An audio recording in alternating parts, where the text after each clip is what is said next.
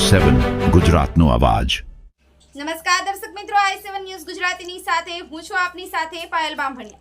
તો જોઈએ આજના મહત્વના સમાચાર।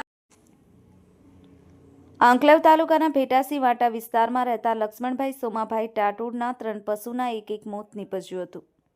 ડાંગરના ગઠ્ઠા રાત્રે ખવડાવ્યા હતા, ત્યારબાદ 2 પશુઓના સવારે મોત નીપજ્યું હતું અને 1 પશુનું આજે બપોરે મોત નીપજ્યું હતું।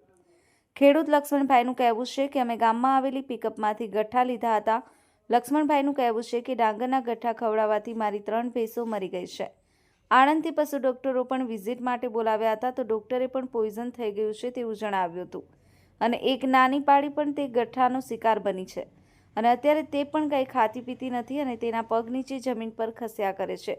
તો ખેડૂત લક્ષ્મણભાઈની આ પશુઓ પર પોતાનું જીવન ગુજારતા હતા, પરંતુ હવે તેમની પાસે 3 ભેંસો મરી જવાથી એક પણ ભેંસ રહી નથી, તો પોતાનું જીવન કેવી રીતે ગુજારશે તે એક પ્રશ્ન છે। Narendra Sharma, i7 news Gujarati, Anand. નામ અને પરિચય। મારું નામ લક્ષ્મણ સોમસિંહ ટાંટોડ છે।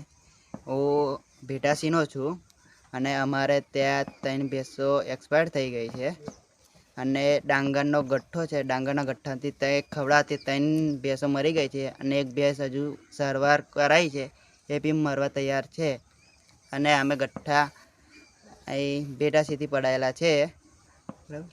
અને આ ભેંસ કેટલી ભેંસો તમારી મરી ગઈ છે? અમારી ભેંસો 3 કુલ ટોટલ મરી ગઈ અને ચોથી બી તૈયારી જ છે। તૈયારી છે। અને એનું કારણ શું હતું? એનો અમે ડાંગરનો ગઠ્ઠો એક તોડ્યો હતો, એમાંથી સાફ કર્યો અને બરાબર એમાં નાખ્યો, પછી એમાં જ મરી ગઈ 3। તો આ બનાવ ક્યારે બનેલો?